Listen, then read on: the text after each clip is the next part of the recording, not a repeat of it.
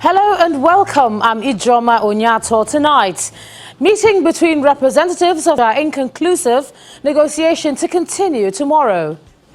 Senate Committee on Army says over 800 soldiers killed by Boko Haram insurgents buried in military cemetery in Maiduguri, Borno State between 2013 and 2019.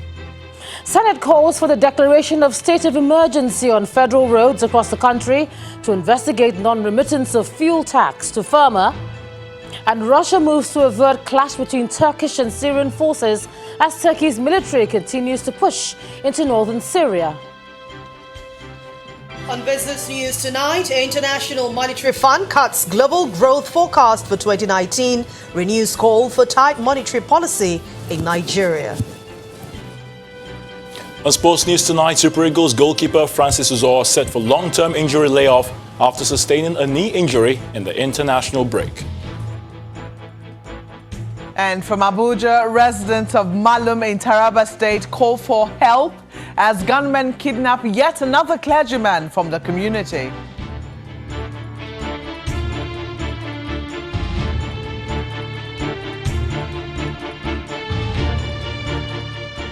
And after several hours of a meeting behind closed doors, the ongoing talks between the Joint Public Servants Negotiating Council and the federal government on the full implementation of the new minimum wage has ended without an agreement. The almost 6-hour meeting, which held at the conference room of the Ministry of Labour and Employment in Abuja, failed to reach a consensus on which percentage increase is to be adopted by the federal government. The labour unions are demanding a 29% salary increase for officers on grade 7 to 14 and 24% for grade 15 to 17, while the federal government proposes 11% for officers on grade 7 to 14 and 6.5% for officers on grade 15 to 17. Both the government and the workers' unions are, however, keeping sealed lips on who will shift ground on their demands and the proposals on the table. The failure to reach an agreement has led to the rescheduling of another meeting for Wednesday, October the 16th, that's tomorrow, which is the deadline for the ultimatum the workers' union issued to the federal government 1 week ago.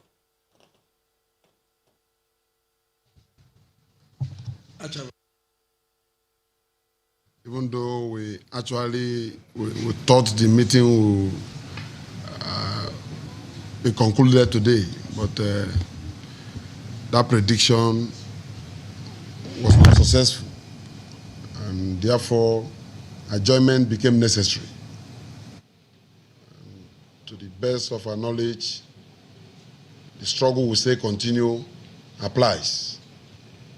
Tomorrow we'll meet by 2, and that meeting also determines the fate of parties. We expect that we close that meeting positively. So far, commitment has been shown, but we believe that the areas that are still in contest are critical. Both sides have made a lot of concessions, but we discovered that there are some gray areas that need to be ironed out. So some documents and information are being sought, which we are providing. And by the grace of God, tomorrow discussions will continue. And we believe that we'll be able to get everything resolved by His special grace tomorrow. Meanwhile, the United Labour Congress has condemned the planned strike by the Trade Union Congress and the Nigeria Labour Congress, describing it as dead on arrival. In a statement signed by the ULC president, Mr. Joe Ajero, the union said critical sectors that would make the strike to be successful were left out of the decision. He said the ULC was part of the 16-man technical committee that gave birth to the tripartite committee on the review of the national minimum wage, and in which they participated vigorously in all the processes leading to its negotiation and the various struggles to deliver it for the benefit of Nigerian workers. Let's move on to other stories not related to the strike. And over 800 147, and that's the figure of Nigerian soldiers killed by Boko Haram insurgents and said to be buried in the military cemetery in Maiduguri, the Borno state capital, from 2013 to date. This revelation is coming from the chairman, Senate Committee on Army, Senator Ali Ndume, who briefed journalists at the National Assembly following a recent fact-finding mission by the committee to the theatre commands in the state. On the allegations that some non-governmental organizations operating in the northeast were offering assistance to Boko Haram, Senator Ndume said the matter is being investigated. From the record we saw in the cemetery, I think we lost, by their record there, over 847 soldiers. And that is in that cemetery alone. No, not this year. From 2013 to date, that is their record. And that in that cemetery, they have army cemeteries elsewhere. They have some in Abuja. They have where they bury their victims. But that allegation that there is mass burial, when I saw it there, it's not true.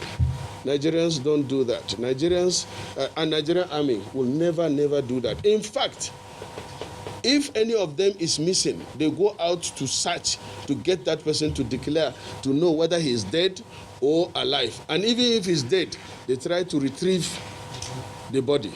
Another area of concern which the Senate will definitely look into is this allegation that the various NGOs in that area are conniving with the insurgents, providing them information, logistics, and so many things. Well, I have been critical about this from the beginning, and people used to warn me that, look, you are so vulnerable. But it has come out now that one or two of the so-called NGOs operating there are actually aiding and abetting and supporting the insurgents. But we'll do an investigation and we will hear if we have the evidence. So far, we have evidence. We just want to make it credible. Meanwhile, the federal government says it's completed the process for the procurement of critical arms, ammunition and equipment for the armed forces. And that's according to the federal government's delegation to a town hall meeting on banditry, cattle rustling and kidnapping in the northwest states, headed by the Minister of Information and Culture, Mr. Lai Mohammed. According to the minister, the procurement of this equipment will increase the combat readiness of the armed forces in the fight against insecurity in the country. He also told participants at the town hall meeting that the interaction is an opportunity for the governors of the frontline states to highlight their successes in tackling the challenges, as well as an opportunity for the federal government to speak on its line of action. The governors of Katsina, Sokoto and Zamfara states were also in attendance.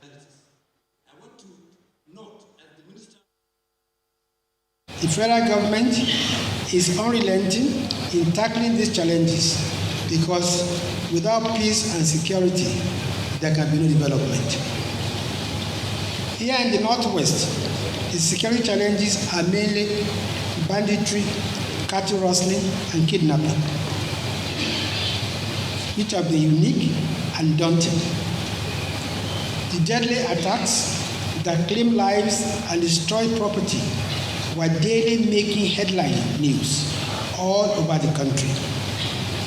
At a stage, the situation became so bad in some of the states in the Northwest that many felt they were intractable.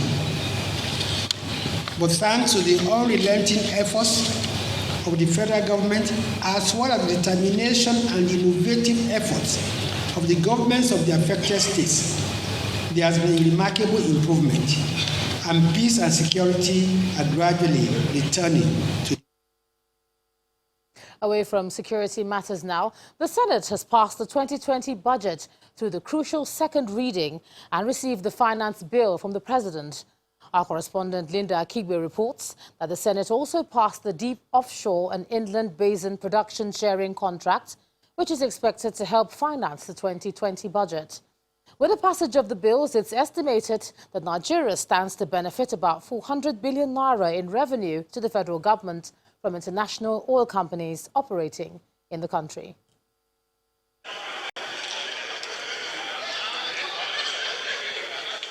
This is going to be the last plenary session in the Senate for the next 2 weeks.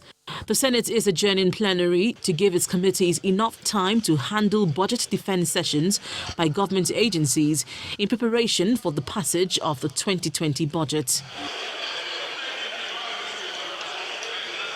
Before adjourning, the Senate has to tie up some loose ends.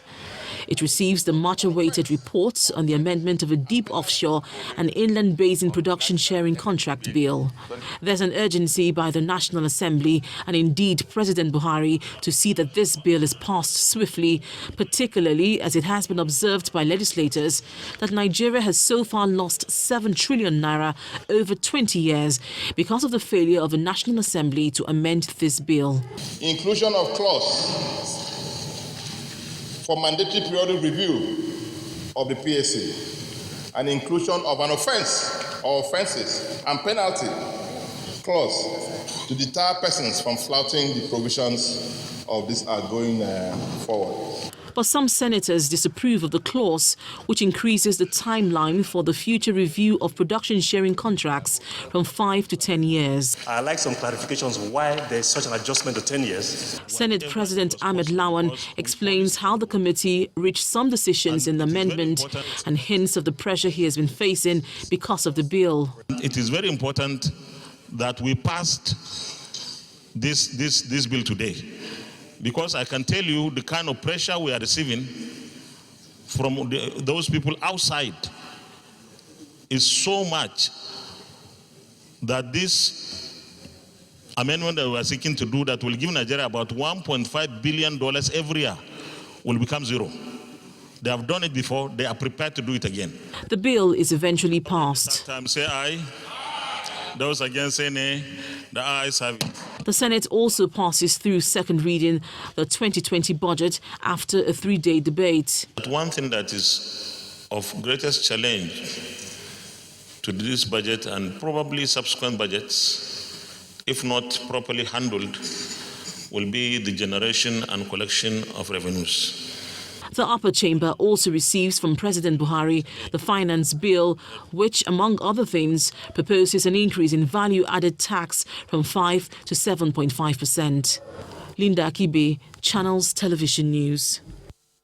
And staying with the Senate, lawmakers in the upper chamber are asking the federal government to declare a state of emergency on federal roads in the country. The lawmakers are also mandating the Senate Committee on Pharma and Petroleum to investigate the non-remittance of a 5% user charge pump price of petrol, as well as the International Vehicles Transit Charge accruing to Pharma and other state road maintenance agencies. These requests are coming after a motion detailing the deplorable state of federal roads in the country, as well as the failure of the PPPRA to remit the 5% user charge from the fuel pump price to Pharma, as stipulated in its Act for the Rehabilitation of Federal Roads. The Senate observes that federal highways in Nigeria require the sum of 215 billion to revamp 35,000 kilometers of federal roads every year for the next 8 to 10 years for a total rehabilitation of existing federal highways. This Senate is disturbed that right from 2007, Sections 14.1 and Sections of the Pharma Amendment Act have been observed in breach by the Petroleum Pricing Regulatory Agency, PPPRA, and the Minister of Transportation, thereby depriving Pharma of huge revenues for road maintenance.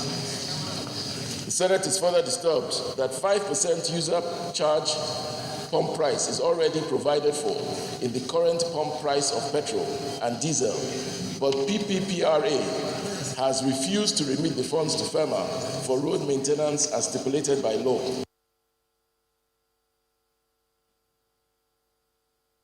In part 2, after the break, more on the state of the roads across the country. Plus, the National Emergency Management Agency receives fresh batch of 173 returnees from Libya in Lagos. That's all coming up in a moment. Do stay with us.